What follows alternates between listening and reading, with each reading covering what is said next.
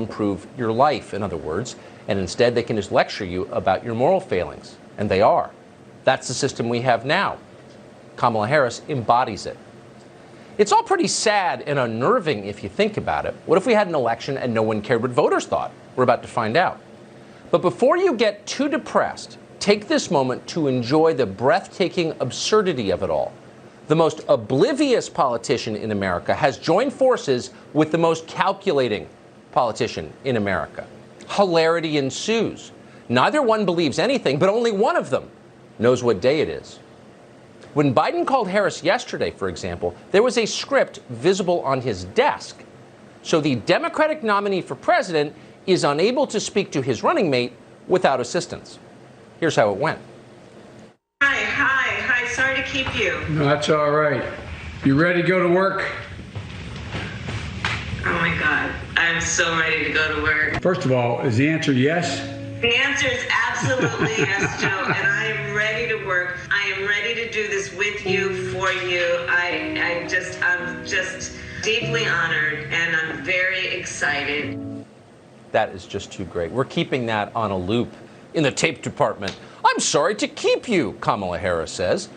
Not since Elizabeth Warren pretended to drink a beer with her husband has an exchange that fake been captured on video. There are Mexican soap operas more authentic than what you just saw. And yet you still have to wonder how many times did they have to reshoot that scene before Joe Biden got his lines right. Let's try it again, Mr. Vice President. Warm personal conversation, take 11. It's going to be a deeply amusing 3 months. Do your best to enjoy it. But as you do enjoy it, pay attention also to what Harris says she believes. She'll try to say not much about what she believes. Public policy is the last thing the Biden campaign wants to talk about. The plan is to skate by on Harris's historic status, combined with, of course, relentless attacks on the incumbent. The New York Times, for one, is on board. The Times doesn't think you should worry about what Harris plans to do to your country if she's elected. Moments after Harris joined the Biden campaign, the paper declared her a, quote, pragmatic moderate. So why did they feel the need to sum her up that way? Well, obviously, to send a very clear signal to everyone else in the business. At this late stage in American journalism, the New York Times exists primarily as an assignment editor for producers at CNN. If the Times declares it, the 26-year-old Vassar grads who decide what's on cable television faithfully repeat it. So expect to hear quite a bit about Harris's pragmatic moderation in coming weeks. You probably already are. But the question is, and it's worth considering, is Kamala Harris actually a moderate? Well, let's see. Here she is last year calling for Congress to change the Constitution of the United States so that 16-year-olds can vote. As you watch it, for the sake of argument, pretend that Harris means what she's saying. And then ask yourself, what kind of person could make an argument like that in public without blushing? Well, only someone who'd never actually met a 16-year-old. Do you believe that Americans should have the right to vote at age 16? I'm really interested in having that conversation. I have to tell you that. I think that there is no question that if we are looking at what is going on in our country, we are putting more responsibilities on people at a younger age. And the larger number of people that we can involve in the electoral process, I think the more robust it would be. There is no question, Harris says, that turning the government over to 10th graders would make the country more robust. For sure. No more school, free dab pens for everyone, endless possibilities for more robustness. Does Harris really believe that? A few years ago, she had this assessment of young people. Watch. If we mold and shape and direct someone to become a productive adult. What's the other thing we know about this population? And it's a specific phase of life. Remember, age is more than a chronological fact. What else do we know about this population, 18 through 24? They are stupid. She's right about that. So put together her two statements on this subject. Young people are stupid, and that's why we need more of them to vote. And it makes sense, in fact. When the entire electorate is as passive as Joe Biden has become, you can pretty much do what you want. You can wield total control. That's what Harris is arguing. Say what you will about that position, but it is not in any sense moderate. It's radical. and many of Harris's views are, whether you like them or not. Consider this tape, in which she explains how the federal government should respond to the coronavirus pandemic. Again, whatever you think of affirmative action, it's likely you never imagined affirmative action would be applied to life-saving medical treatment. But Kamala Harris thinks it should be.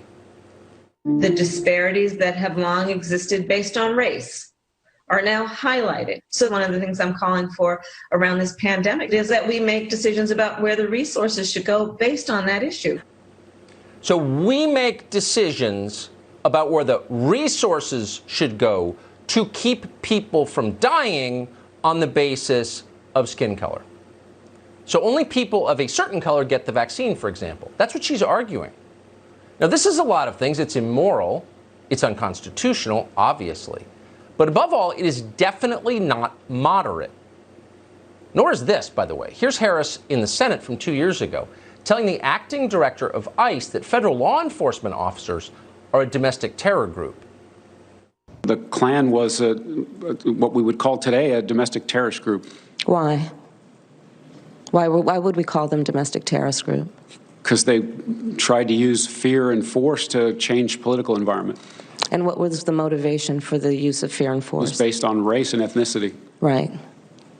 Are you aware of the perception of many about how the power and the discretion at ICE is being used to enforce the laws? And do you see any parallels? Are you aware of the perception? And do you see any parallels between federal law enforcement officers and the KKK? Harris wanted to know. But not really. The answer, of course, was embedded in the question. Ever notice you act a lot like Hitler? Harris wasn't really asking anything. She was attacking and doing it in the sleaziest, most passive-aggressive possible way. But don't fight back. Don't even think about it, because the only people who criticize Kamala Harris are morally bad people. She's been making that very clear for years. She's even been willing to attack her fellow Democrats. Last fall, as her presidential campaign began to collapse from lack of popular support from voters, Harris suggested the real problem was that the Democratic Party, her party, had too many racists in it. What I describe and what I believe to be the elephant in the room about my campaign. What is that? Electability. What do you mean? Electability. You know, essentially, is America ready for a woman and a woman of color to be president of the United States? America was ready for a black man to be president of the United States. And this conversation happened for him. There is a lack of ability or a difficulty in imagining that someone who we have never seen can do a job that has been done, 45 times by someone who is not that person.